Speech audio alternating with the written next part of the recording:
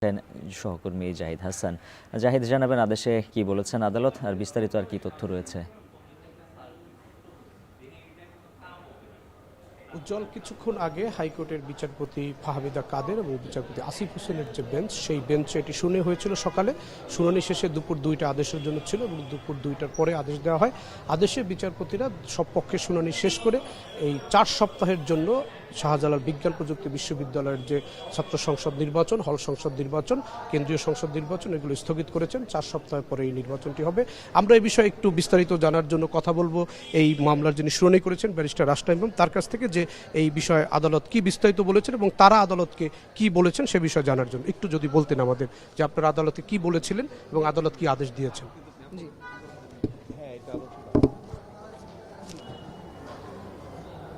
নির্বাচন কমিশনের একটা মেমো, যার মাধ্যমে ওনারা অনুমোদন দিয়েছিলেন Shahjalal university of science and টেকনোলজির ছাত্র সংসদ নির্বাচন এবং হল সংসদ নির্বাচন করার জন্য, সেই অনুমোদনের বৈধতাটাকে চ্যালেঞ্জ করে মামলাটা দায়ের করা।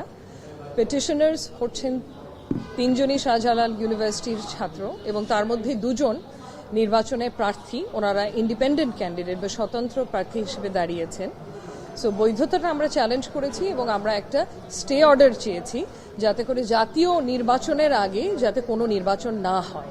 এবং এই স্টে অর্ডারটা চাওয়ার পেছনে আমাদের মূল যে যুক্তিটা হচ্ছে যে কিছুদিন আগে 12 তারিখে জানুয়ারি মাসের নির্বাচন কমিশন একটা ব্ল্যাঙ্কেট ব্যান ইম্পোজ করে বলেছেন যে শিক্ষা প্রতিষ্ঠান সহ সকল প্রকার সংগঠনের নির্বাচন 12ই ফেব্রুয়ারির আগে হতে পারবে না, অর্থাৎ জাতীয় নির্বাচনের আগে হতে পারবে না। এবং কারণ হিসেবে ওনারা সুনির্দিষ্টভাবে বলেছেন যে জাতীয় সংসদ নির্বাচন যাতে প্রভাব মুক্ত থাকে, সে কারণে সকল নির্বাচন এর পরে হবে, এর আগে না।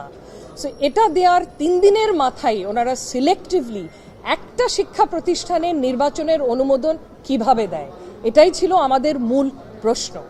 কারণ সিলেক্টিভলি আপনারা যখন ইংরেজিতে একটা ভাষা আছে যে চেরি পিক করে দেন, তার মানেই কি এটা বৈষম্যমূলক? কারণ তাহলে বাকিগুলোকে কেন দেয়া হয়নি এই পারমিশন? এবং দ্বিতীয়ত হচ্ছে গিয়ে এটা আরবিট্রি, মানে এটা ইচ্ছা মতো, কারণ কোনো কারণও দেখানো হয়নি। ওনারা যে অনুমোদনটা দিয়েছে, সাধারণত একটা আদেশ বা অনুমোদন বা নির্দেশ দিলে তো কিছু কারণ দেখানো হয়, এখানে কোনো ধরনের কারণ দেখানো হয়নি যে কি কারণে ওনারা দিলেন এই একটা বিশ্ববিদ্যালয়কে এই অনুমোদন, যেগুলো বাকিগুলোকে দেননি। বিশেষ করে ওনাদেরই আর্লিয়ার যে পজিশনটা, সেটার সাথে তো পুরোপুরি সাংঘর্ষিক, কন্ট্রাডিক্টরি। ওনারা প্রথমে একটা ব্ল্যাঙ্কেট ব্যান বা নিষেধাজ্ঞা ইম্পোজ করলো যে কোথাও কোনো নির্বাচন হতে পারবে না, শিক্ষা প্রতিষ্ঠান সুনির্দিষ্টভাবে উল্লেখ করে দেয়া হয়েছে। তার 3 দিনের মাথায় ওনারা কিভাবে এটার সাথে সাংঘর্ষিক আরেকটা এই অনুমোদনটা জারি করে বলে যে শাহজালালে হতে পারবে, কোনো ধরনের কারণ দর্শানো ছাড়া, কোনো ধরনের কারণ দেখানো ছাড়া। সো এটাই ছিল আমাদের one of the main arguments. এর বাইরেও অনেকগুলো আর্গুমেন্ট বৈষম্যমূলক। তো আমাদের সংবিধানে যে অধিকারগুলো আছে, ইকুয়ালিটি বিফোর দ্য ল, আইনের চোখে আমরা সবাই সমান, তারপরে বৈষম্যমূলক কোনো কাজ করতে পারবে না রাষ্ট্র বা রাষ্ট্রের কোনো অঙ্গ সংগঠন, এই প্রত্যেকটার পরিপন্থী। সো এটাও আমরা তুলে ধরেছি। তাছাড়া একজনকে যদি দিই তাহলে তো ফ্লাড গেটস খুলে যাবে, কালকে আরো 10টা প্রতিষ্ঠান আসবে, আমরাও করব, আরো সংগঠনগুলো আসবে, আমরাও নির্বাচন করব। তো তখন কি ল এনফোর্সমেন্ট, আইন শৃঙ্খলা বাহিনীর অ্যাটেনশন জাতীয় নির্বাচনের দিকে থাকবে নাকি এই নির্বাচনগুলোর দিকে থাকবে? এটাও কিন্তু একটা বড় ধরনের কারণ এখন আইন শৃঙ্খলা বাহিনী আমরা সবাই পুরোপুরি জাতীয় সংসদ নির্বাচনমুখী হয়ে গেছি।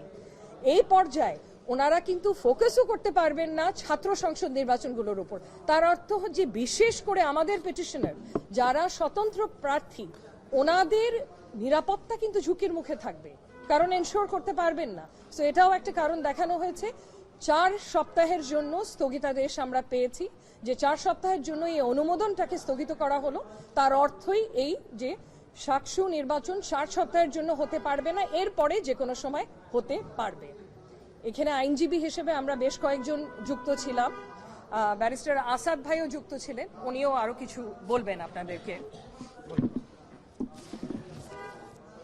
আমার লার্নেড ফ্রেন্ড ব্যারিস্টার রাসনা ইমাম উনি যেটা বলেছেন ওনাকে উনি সঠিকভাবেই আপনাদের কাছে ব্রিফ করেছেন। ইন এডিশন আমি কিছু অ্যাড করতে চাই। সেটা হলো গিয়ে যে আপনার মূল উদ্দেশ্যটা ছিল যে নিরাপত্তাজনিত কারণে কারণ প্রভাব মুক্ত থাকতে হবে, ইউনিভার্সিটি অবশ্যই প্রভাব মুক্ত থাকতে হবে। কারণ এখন যদি এই 20 তারিখে যদি ইলেকশন হয় তাহলে এখানে একটা প্রভাব মুক্ত হবে না, এবং নির্বাচন কমিশন সম্ভবত কোনো একটা গ্রুপকে ইন্টারেস্টের কারণে হয়তো ওখানে প্রমোট করার জন্য এই চিঠিটা ইস্যু করেছেন, যেটাই ছিল আমাদের মেইন আর্গুমেন্ট। এবং আমরা ওখানে তুলে ধরেছি যে সারা বাংলাদেশে যেখানে নির্বাচন স্থগিত করা হয়েছে আসন্ন জাতীয় সংসদ নির্বাচন পর্যন্ত, সেখানে ওনারা যে কোনো একটা গ্রুপকে প্রমোট করার জন্য এই চিঠিটা ইস্যু করা হয়েছে। এবং এটাই ছিল আমাদের মেইন আর্গুমেন্ট, যে এখানে কমপ্লিটলি একটা বায়াসনেস এবং আরবিট্রারিলি এবং পিক অ্যান্ড চুজ করা হয়েছে, যেটা আমরা বলবো পিক অ্যান্ড চুজ করা হয়েছে। যে আপনারা দেখছেন যে বাইরা নির্বাচন স্থগিত করেছে মহামান্য সুপ্রিম কোর্টের হাইকোর্ট বিভাগ, এবং সারা বাংলাদেশে বিভিন্ন আসন্ন বার অ্যাসোসিয়েশন নির্বাচনগুলো শিডিউল ছিল। এই 12 তারিখ পর্যন্ত সমস্ত নির্বাচনগুলো স্থগিত করা হয়েছে। যেহেতু নির্বাচন কমিশন সারা বাংলাদেশের পেশাজীবী বলেন, ছাত্র সংসদ বলেন, ট্রেড ইউনিয়ন বলেন, সকল ধরনের নির্বাচন স্থগিত করেছে, সেখানে একটা ইউনিভার্সিটির ছাত্র সংসদ নির্বাচনের জন্য ওনারা আলাদাভাবে যে পারমিশন দিয়েছেন, সেটাকে আমরা মনে করি যে এখানে বৈষম্যমূলক, এবং এই বৈষম্যমূলক আচরণ যাতে কোনো একটা পাবলিক ফাংশনারি না করতে পারেন, সরকারের কোনো পক্ষ না করতে পারেন, সে কারণে এই রিটটা করেছেন 3 জন ছাত্র। প্রথম যিনি 3 জন পিটিশনার, একজন হলেন স্বতন্ত্র ভিপি পদপ্রার্থী, আরেকজন ছিলেন মেম্বার পদপ্রার্থী, আরেকজন ছিলেন সাধারণ ছাত্র। আইনজীবীদের নামগুলো একটু বলুন। আমি আর বলি যে আমাদের এই আজকের মামলায় আমি তো বললাম আমার লার্নেড ফ্রেন্ড ব্যারিস্টার রাশনা ইমাম, এবং সঙ্গে ছিলেন আমাদের ব্যারিস্টার রুহুল কুদ্দুস কাজল, গাজী কামরুল ইসলাম সজল, গাজী তৌহিদুল ইসলাম, মাহবুব রহমান খান, তারপর অ্যাডভোকেট আব্দুল্লাহ আল মাহবুব সহ অসংখ্য লয়ার ছিলেন, যারা কমপক্ষে প্রায় 50 থেকে 60 জন লয়ার আমাদের সঙ্গে যুক্ত ছিলেন, যাদের নাম আমি আপনাদেরকে ধরে নিতে হবে যে অসংখ্য লয়ার এখানে ছিলেন, যাদের নাম বলেছি তা আমাদের সঙ্গে ছিলেন। যে আপনি কি বলেছেন? প্রশ্ন ছিল যে ইউনিভার্সিটি তো আগে তারা একটা তফসিল ঘোষণা করছে, নির্বাচনের শিডিউল ঘোষণা করে তারা এই ডেটটা দিয়েছে, কিন্তু ইসি এসে তো এখন তারা নোটিশ দিল, সেটা বলছেন ইসি এর সাথে ইসি পরে দিল না, পরে এই বিষয়টা দিচ্ছে, কিন্তু শিডিউল তো আগে ঘোষণা আমি বলি ইউনিভার্সিটি আমি বলি সেটা হলো শুধুমাত্র এই আপনি যেটা বলেছেন যে শাকসুর ইলেকশনের শিডিউলটা ছিল 16 নভেম্বরের প্রথমে 16 তারিখে দিয়েছিলেন, পরবর্তীতে 24 তারিখ নভেম্বর 24 তারিখে আবার রিশিডিউল ডিক্লেয়ার করেছেন। এখন প্রশ্ন হলো যে যেখানে জাতীয় নির্বাচন সামনে আছে এবং শুধুমাত্র এই শাকসুর ইলেকশনটাই শিডিউল ছিল না, আপনি যদি খোঁজ নেন সারা বাংলাদেশের বিভিন্ন পেশাজীবী সংগঠন, বিভিন্ন সংগঠনের ইলেকশন কিন্তু কোনোটা জানুয়ারির 5 তারিখে ছিল, 12 তারিখ ছিল, 15 তারিখ ছিল, 20 তারিখ ছিল, 25 তারিখে ছিল, ফেব্রুয়ারি 5 তারিখে পর্যন্ত ছিল অনেক জায়গায় ইলেকশন, সেগুলো কিন্তু সবাই স্থগিত করেছে। এই 12 তারিখের নির্বাচন কমিশনের চিঠি পাওয়ার পরে সবাই কিন্তু স্থগিত করেছেন, এবং এটাও স্থগিত করে, এবং এটা কিন্তু মিনিস্ট্রি এই শিক্ষা মন্ত্রণালয় 5 তারিখে চিঠি দিয়ে শাহজালাল প্রযুক্তি বিশ্ববিদ্যালয়কে বলেছে যে আপনারা আসন্ন জাতীয় সংসদ নির্বাচনের পরে নির্বাচনটা করেন, যে চিঠিটা আমরা এখানে এনক্লোজ করে দিয়েছি। কাজেই সারা বাংলাদেশে যখন সমস্ত শিডিউল ইলেকশনগুলো স্থগিত করেছে, সেখানে এটা মানে ইন্টারেস্টটা কি আছে নির্বাচন কমিশনের, সে কারণেই আসলে আমাদের রিট ফাইল করা। একটা দল কি বলছেন আসলে কোন দল এটা সুবিধা দিতে যাচ্ছে? এটা তো আপনাদের কমিশনকেই জিজ্ঞেস করতে হবে। একটাই কারণ বলবো, আপনি যে প্রশ্নটা করলেন যে যেহেতু ওনারা যে অনুমোদনটা দিলেন, কি কারণে অনুমোদনটা দিয়েছেন যে Shahjalal university student union election হতে পারে, যেখানে পুরো বাংলাদেশে আর কোনো ইলেকশন হতে পারবে না জাতীয় নির্বাচনের আগে, যখন কোনো কারণ দেখানো হয়নি তখনই কিন্তু একটা সন্দেহের জায়গা সৃষ্টি হয়েছে যে এটা কি উদ্দেশ্যমূলকভাবে করা হয়েছে কিনা, এবং এটা কোনো স্বার্থন্বেষী মহলের কারণে করা হয়েছে কিনা, এবং এই সন্দেহটাও বা এই আশঙ্কাটাও আমরা মহামান্য আদালতের কাছে তুলে ধরেছি।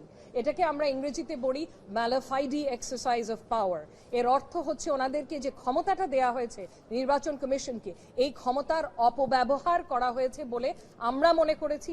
ওনাদেরকে যে ডিসক্রেশনটা দেয়া হয়েছে, এই ডিসক্রেশনের অপব্যবহার ওনারা করেছেন বলে আমরা মনে করছি।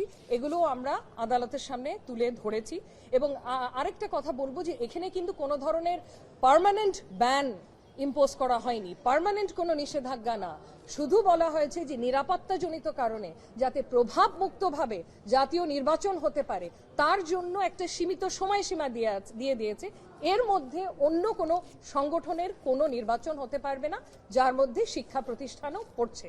এবং অর্ডারটাও যে মহামান্য হাইকোর্ট বিভাগ দিয়েছেন ম্যাডাম জাস্টিস ফাহমিদা কাদের এবং মিস্টার জাস্টিস আসিফ হাসান, ওনাদের অর্ডারটাও কিন্তু সীমিত একটা অর্ডার, যে 4 সপ্তাহের জন্য নির্বাচন অন্য কোনো সংগঠনের বা শিক্ষা প্রতিষ্ঠানের হতে পারবে না। এরপরে হতেই পারে ওনারা পুনর্তফসিল ডিক্লেয়ার করে আর একটা নতুন ডেট দিতেই পারে। কোনোভাবেই কিন্তু শাহজালাল ভুক্তভোগী হচ্ছেন না, একটু পিছাচ্ছে। ওনারা এখনো ইলেকশন শিডিউল ডিক্লেয়ার করতে পারেন নতুন একটা ডেট দিয়ে, এই ডেটটা ফেব্রুয়ারির 12 তারিখের পরে হতে হবে এবং 4 সপ্তাহের পরে হতে হবে। এতটুকুই বলা কোর্টের অর্ডারে, অত্যন্ত রিজনেবল একটা অর্ডার এবং এটাকে আমরা স্বাগত জানিয়েছি এবং আমরা আশা করছি আমরা প্রভাব মুক্ত একটা জাতীয় নির্বাচন পাবো, যেটা আমরা এত বছর পাইনি। এবং গণতন্ত্রে এটার ভূমিকা, এটা কিন্তু অপরিহার্য। একটা প্রভাব মুক্ত নির্বাচন অবশ্যই ফেলতে পারে, কারণ প্রথমেই একটা পয়েন্ট আমি আপনাদেরকে বলেছি যে ল এনফোর্সমেন্ট, বাংলাদেশের আইন শৃঙ্খলা বাহিনী কিন্তু এখন সবার ফোকাসটা হচ্ছে জাতীয় নির্বাচন যাতে ওনারা করতে পারে। সো অ্যাটেনশনটা পুরোপুরি ওখানে। সেখানে যদি বড় বড় বিশ্ববিদ্যালয়গুলোতে এখন ছাত্র সংসদ ইলেকশনগুলো হয়, ওখানে কিন্তু ওনারা নজর দিতে পারবেন না যতটুকু দেয়া উচিত, এবং এখানেই কিন্তু আইন শৃঙ্খলার পরিস্থিতিটা বিগড়ে যেতে পারে এবং যেটার প্রভাব জাতীয় নির্বাচনের উপরে পড়বেই। সো সেটাও একটা বড় ধরনের কারণ কেন এই নির্দেশনাটা ওনারা প্রথমেই দিয়েছিল, কিন্তু দেয়ার ঠিক 3 দিনের মাথায় এটা পাল্টে ফেললো। তার জন্যই আমাদের আদালতে শরণাপন্ন হওয়া। ধন্যবাদ।